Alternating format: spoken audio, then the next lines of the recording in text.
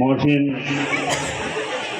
Girls স্কুলে GPF প্রাপ্ত শিক্ষার্থীদের সম্বর্ধনা অনুষ্ঠানের সম্মানিত সভাপতি, এই বিদ্যালয়ের সভাপতি শামসুল আতিক কিশোর, আজকের প্রধান অতিথি যিনি নিজেকে ইতিমধ্যেই এই অঞ্চলের মানুষের জন্য একটি মানবিক নেতা হিসেবে, গণমানুষের নেতা হিসেবে নিজেকে প্রতিষ্ঠিত করেছেন। এমন কোনো জায়গা নাই যেখানে তিনি তার নিজের কার্যক্রমকে পরিচালনা না করেছেন, সব জায়গায় করেছেন। আজকের প্রধান অতিথি আমাদের প্রিয় নেতা, বিএনপির কেন্দ্রীয় ছাত্র বিষয়ক সম্পাদক জনাব আল্লাহ রবিউল ইসলাম বকুল, বিভিন্ন বিদ্যালয়ের প্রধান শিক্ষকবৃন্দ, উপস্থিত সুধীবৃন্দ, ছাত্রী ভাই বোনেরা, আসসালামু আলাইকুম। আমি আপনাদের সকলের কাছে বক্তব্য বেশি দেব না, প্রধান অতিথি বক্তব্য দিবেন।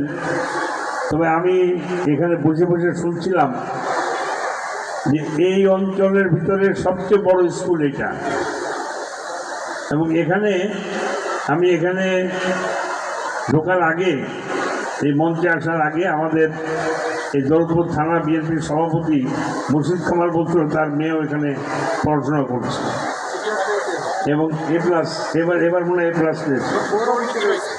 যাই হোক, আমি আপনাদের বলবো যে এত বড় একটা শিক্ষা প্রতিষ্ঠান, 1 একরের ওপরে জায়গা এখানে, অথচ এই শিক্ষা প্রতিষ্ঠানটি গত 17 বছর ধরে অবহেলিত ছিল। আমরা শুনে আশ্চর্য হলাম যেখানে একটি নামাজের জায়গার জন্য এই বিদ্যালয়ের একজন ছাত্রী, যিনি ইতিমধ্যে লন্ডন প্রবাসী হচ্ছেন, তিনি সহযোগিতা করেছেন একটি নামাজের জায়গা করে দেওয়ার জন্য। আজকে এই প্রতিষ্ঠানটিকে, এত বড় প্রতিষ্ঠান, এটাকে গড়ে তোলার জন্য আমি মনে করি যে এই প্রতিষ্ঠানটি শুধু গড়ে তোলা না, এই প্রতিষ্ঠানটিকে সরকারিকরণের একটি ভবন করা বা বিল্ডিং করা না, সরকারিকরণ করা প্রয়োজন।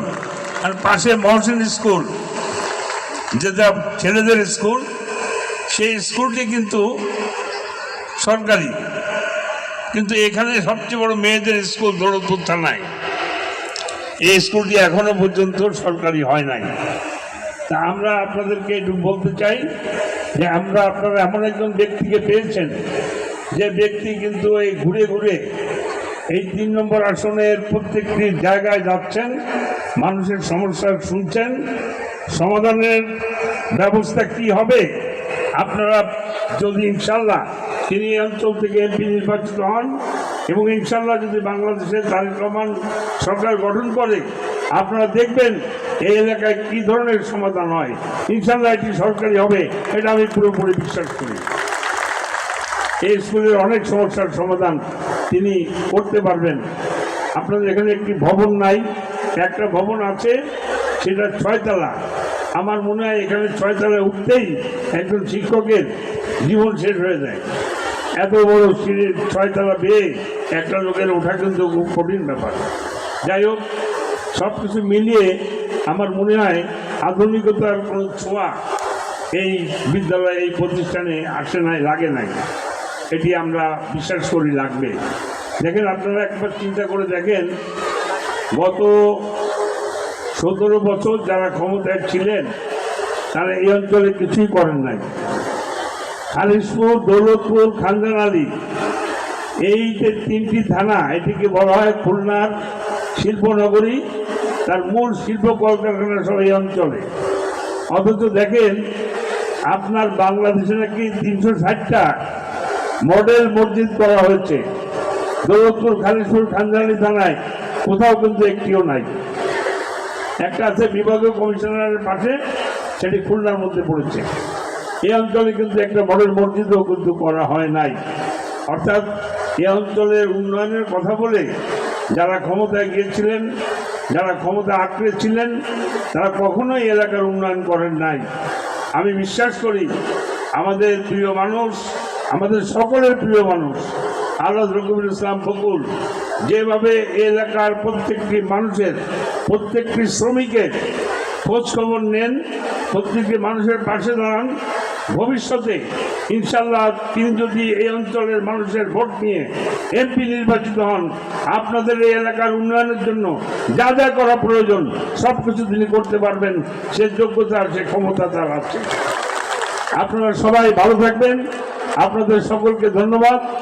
আপনাদের এই স্কুল আরও উত্তর সমৃদ্ধ হোক।